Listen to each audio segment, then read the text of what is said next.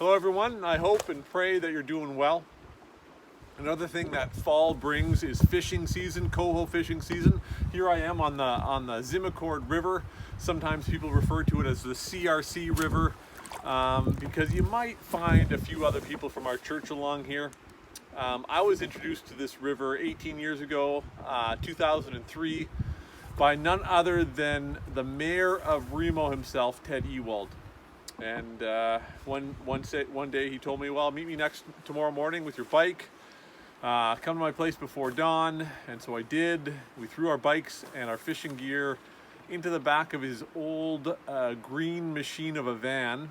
And I remember Ted taking that two-wheel drive van through a ditch that I thought most people probably wouldn't take their 4x4s through. Anyways, we eventually made it here, what some people refer to as 4 kilometer.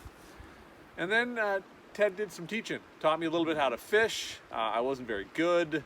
I think there's a tree over there that I stuck a few shiny lures into, which Ted affectionately called the Christmas tree because it had all sorts of fishing lures as ornaments.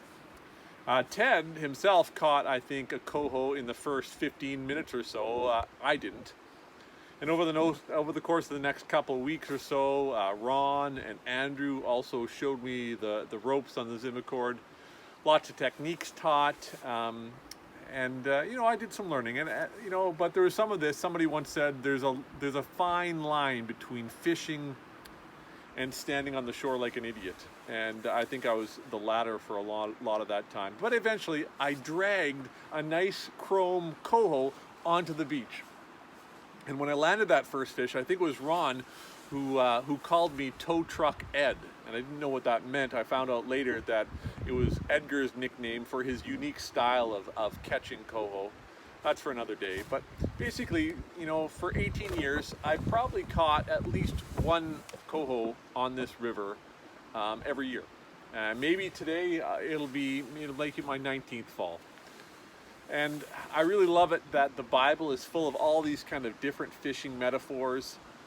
It's full of fishing, but also farming, marketplace comparisons, just how down to earth and how real the scriptures are about these things, which helps me because it makes theology, it makes it trying to understand God and my place in the world, it makes it real and tangible. It makes God matter in the here and now. I love it also that in John 21, after Jesus is raised from the dead, and one of the places we see him is on a beach with a campfire, cooking breakfast, and he gives some instructions earlier to the disciples, and they cast their nets on the other side, and they eventually catch 153 fish, and then he feeds them bread, and he feeds them fish. And it's this simple, kind of normal, everyday providential care that Jesus gives those who stick with him. One of my favorite memories along this stretch of the Zimacord is fishing here with my family after school one fall day. A beautiful sunny afternoon, kind of like today. We had a fire, we had a very terrace hot dog roast.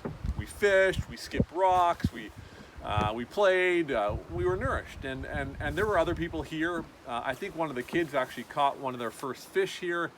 And then I think back to that time, and maybe it's a little nostalgia kicking in my old age, and I just marvel at how the way that God has provided bread and provided fish, and how that blessing wasn't just sustenance for us, but it was fuel to teach others even how to fish.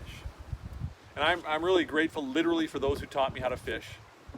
And of course I'm grateful to the one who provides the fish, although I never have caught 153 at once, but I'm okay with that.